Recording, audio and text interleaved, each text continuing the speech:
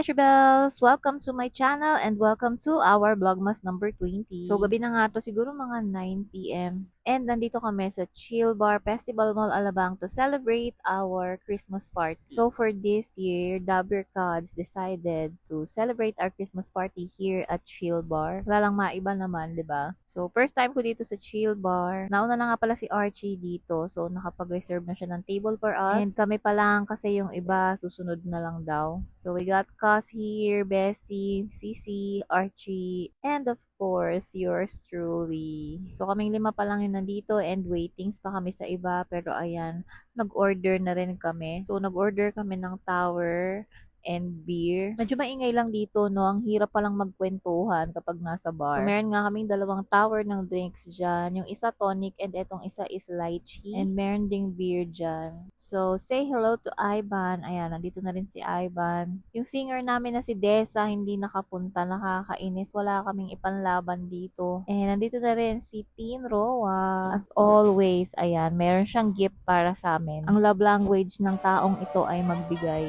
Parang every year may regalo si CJ sa amin. So, thank you so much, Bebe Siege, para sa mga gift. And meron nga rin akong gustong ibigay sa kanya.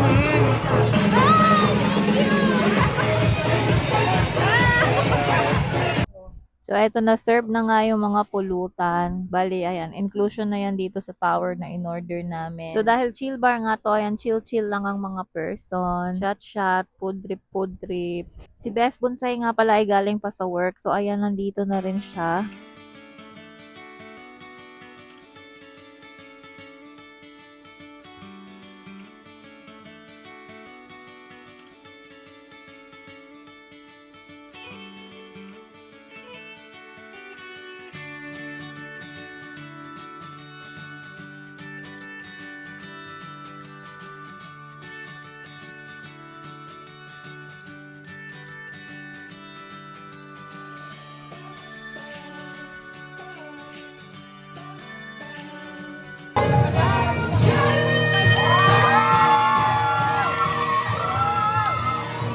So, ang galing kumanta ni ate girl. Wala kaming maipambato dito. Wala si Desa. So, eto na. Ubos na namin yung drinks namin. Uuwi na kami. Siguro yung bill namin umabot ng mga kulang-kulang 3K. Mga 1 AM na siguro yan. Hindi ako sure. So, ayan. Palabas na kami. Hindi naman kami lasing. Actually, hindi naman nakakalasing yung drink. Or maybe dahil baka lasinggera tong mga taong to, hindi nalalasing sa ganong drinks. Pero masaya, ayan. At least nakapag-celebrate kami ng Christmas party namin na maiba-iba naman. Tapos ayan, paglabas namin dito, nagpa-picture kami kay kuya para may picture naman kaming lahat. Actually, hindi kami kompleto. Wala rin dito si Nena Boom. Wala rin si Desa, si Incheng, si Tita Bok. So, sino-sino pa ba ang wala dito? Mahirap talaga kami makompleto. Minsan, hindi magtagpo yung mga schedule. Sana sa year-end party, yung mga wala dito maka-attend na. So, yes, meron pa kami year-end party. Nagugutom ang mga taong ito, kaya ayan, naglakad kami papunta sa may Jollibee Junction. And ayan, kumain lang kami dito. Chika na may konting kain ang naganap. Anong oras na rin kasi yan, kaya mga gutom na rin kami ulit.